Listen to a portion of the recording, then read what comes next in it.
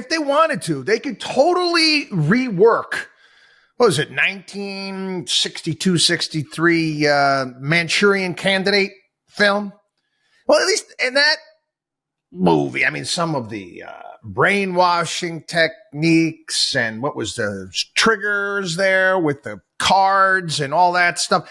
Now, honestly, I think that they could redo the movie today and kind of use environmental policy as that Manchurian Candidate type of way of getting in. And I'm looking at what Biden is doing right now with liquefied natural gas, and we are basically aiding the people that we continually call our enemies. That would be Russia and Iran, and not even so much enemies, but competitors as well, as far as the Middle East is concerned. First and foremost, we're a powerhouse when it comes to natural gas. Texas, in of itself, is the world's third largest liquefied natural gas exporter. If I was Texas right now, and I like what Texas is doing as far as defying the federal government when it comes to the border. We talked about this here on the podcast, and actually, border agents are siding with the Texas National Guard and what they're doing. If I was Texas, I'd tell the federal government, sorry, we're not listening to you. We're going to continue to export liquefied natural gas. Come stop us. Come stop us. I'm governor of the state of Texas, and I have to do what's right for my people. And again, this is how the country was supposed to work. 10th Amendment of the Constitution. You've got Joe Biden telling you that you can't sell natural gas to willing buyers around the globe. Again, it's a constitutional challenge right there. I don't see how, the president can dictate to a state what they can sell to a willing buyers around the globe. In particular, buyers that need the natural gas or they're going to freeze.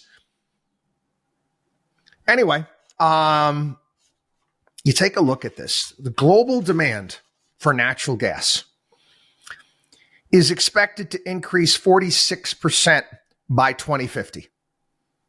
46% by 2050. More countries want to slowly but surely shift away from coal. Most Asian countries still rely on coal for energy, for power. India, 71%, Indonesia, 59%, Vietnam, 57%, Philippines, 55%. Last year, coal exports hit a freaking record. Coal exports hit a record. China was the biggest coal importer, followed by India, Japan, South Korea, and Taiwan. Demand for liquefied natural gas has outstripped supply. Obviously, Europe is dealing with that as well. They're trying to wean itself off of Russian gas, but they can't. They can't. And again, they're still importing a ton of natural gas from Russia. A Bangladesh energy official complained last year that Asian countries couldn't buy gas because of skyrocketing prices. Instead, they burn coal. That's good for the climate.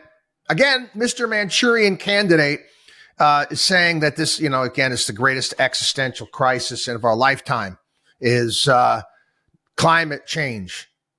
So they're going to burn coal instead. Again, the leftists out there, they could give a rat's buttocks when it comes to, what do they say? 2.3. Wall Street Journal put some numbers together. 2.3 billion people in the world still cook with open fires or stoves that burn wood, coal, biomass. You know what biomass is? Shit. Or kerosene. Developing countries want and need gas to escape poverty, which is another reason why liquefied natural gas demand is going to continue to rise.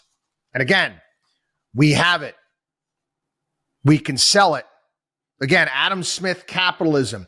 They're happy. We're happy. Everything's great.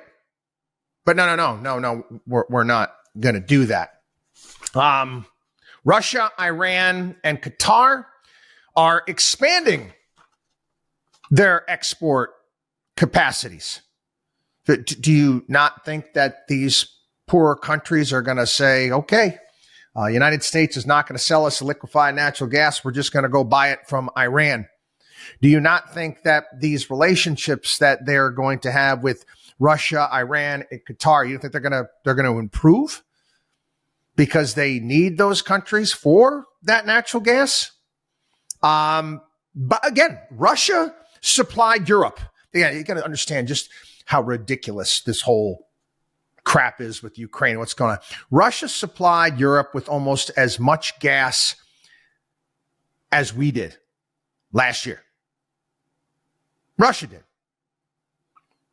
Again, countries need to solidify their energy needs, and they don't do this on a weekly, monthly, or yearly basis. They have to look 5, 10, 20, 50 years down the road to make sure that these things are taken care of. You have to put major capital and infrastructure developments in regards to getting liquefied natural gas in. You want to sign long-term contracts in deals. You don't want to worry about whether or not you can turn the heat on or the lights on.